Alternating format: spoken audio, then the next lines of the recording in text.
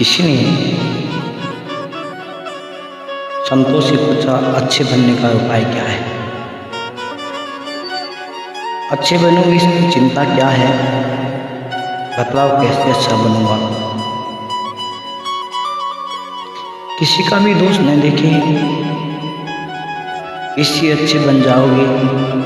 जो दूसरों के दोषों को देखता है वह उन दोषों को आकर्षित कर स्वयं दोष में बन जाता है। प्रिय महान भाव, यदि सचमुच अच्छे बनना चाहते हो तो अदोषदर्शी बनो। दूसरों के दोष देखने के समान कोई भी पाप नहीं है। जो अन्याय करता है वह तो करता ही है।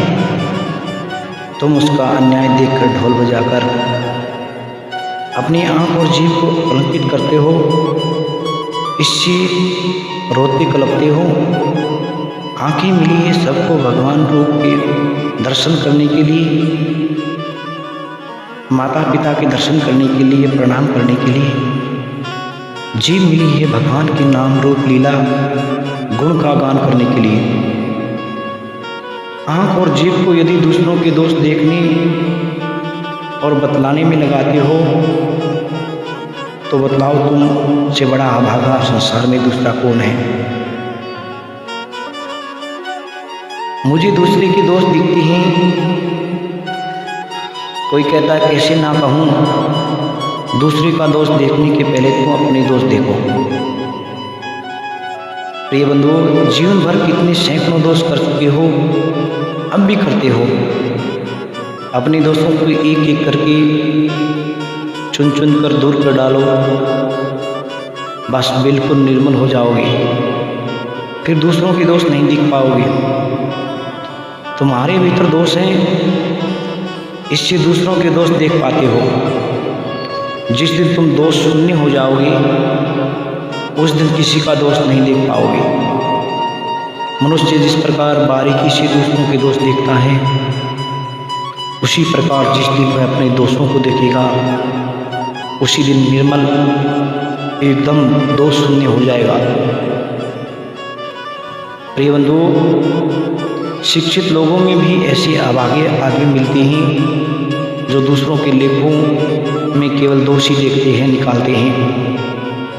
संभव है किसी दूसरे लेखक के लेख में कितनी ही सुंदर भाव है, पर उन्हें नहीं देखकर कहाँ दोष है, कौन लेखक कहाँ भूल करता है, कौन वक्ता कहाँ क्या बोलता है, वह यही खोजते रहते हैं और उसको जन समाज में प्रकाशित करके अपना कृतित्व प्रदर्शित करते हैं। बताओ फिर कैसे हमारे दोस्त दूर होंगे। न चक्षुषा मनसा वा न वाचा दुषेतपि न प्रत्यक्षम प्रोक्षम वा दुष्टम विहारेत कवचित। आध्यात्मिक कावली धृत हारित गीता में लिखा है, प्रिय बंधु, चक्षु मन या वाक्य के द्वारा किसी का दोष दर्शन चिंतन या वर्णन न करें। प्रत्यक्ष में हो या परोक्ष में हो, कभी किसी की निंदा न करें। इंसान नहीं होते भी दूसरों के दोष दिख जाते हैं, ये दारू रोग कैसे दूर होगा।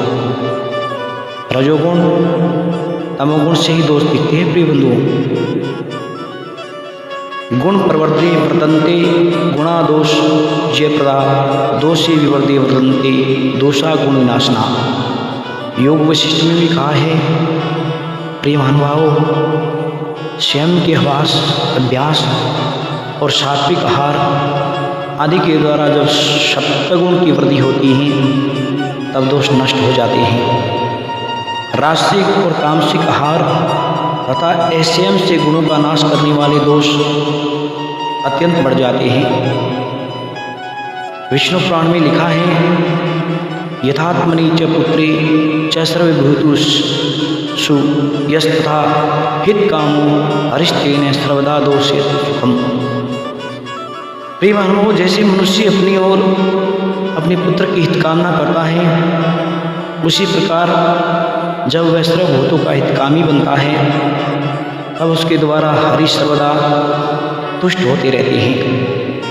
श्रीमद् भागवत में भी कहा है, यथा पुवाम न स्वागेशु शिरः पाण्यादिषु कवचितः आरक्यम बुद्धिम कुरुते एवं भूतेषु मत्परः। पुरुष जिस प्रकार अपने सिर, हाथ आदि अंगों को दूसरे का नहीं समझता, उसी प्रकार जो मत्परायण भगवत प्राण हैं, मुझ भगवान को परात्पर समझते हैं, वे किसी भी प्राणी के ऊपर ये प्राणी था इसके सुख दुख आदि मुझसे भिन्न है, ऐसी प्रकीय बुद्धि का आरोप नहीं करते।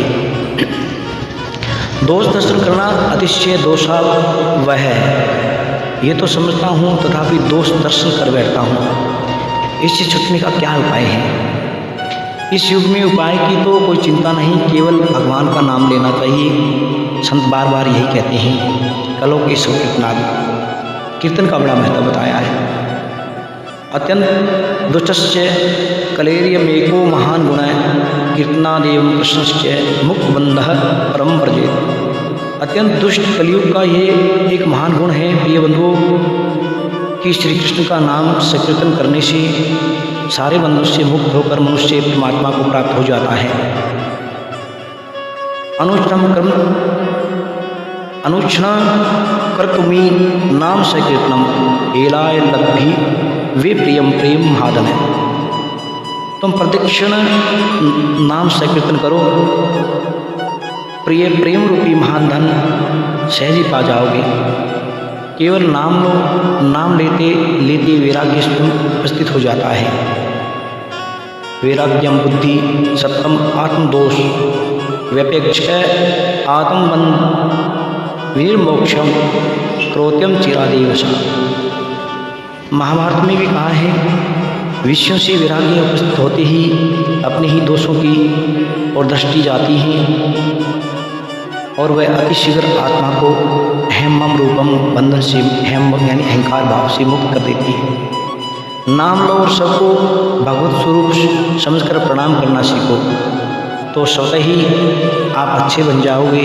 समाज में नाम होगा, अपनी माता पिता का भी नाम होगा, गुरु का भी नाम होगा, हमारे सनातन संस्कृति का भी नाम होगा कि देखो कितना भला आदमी है। तो 24 घंटे के अंदर ज़्यादा नहीं हो सके तो रोज़ाना 1 घंटा तो दे सकते हो नाम संकीर्तन में। रोज़ाना ओंकार का, ओम शब्द का नाद जो होता है, ओम, ये ओंकार ध्वनि 5 मिनट 10 मिनट जितना समय मिले करनी चाहिए। राम नाम का संकीर्तन करना चाहिए।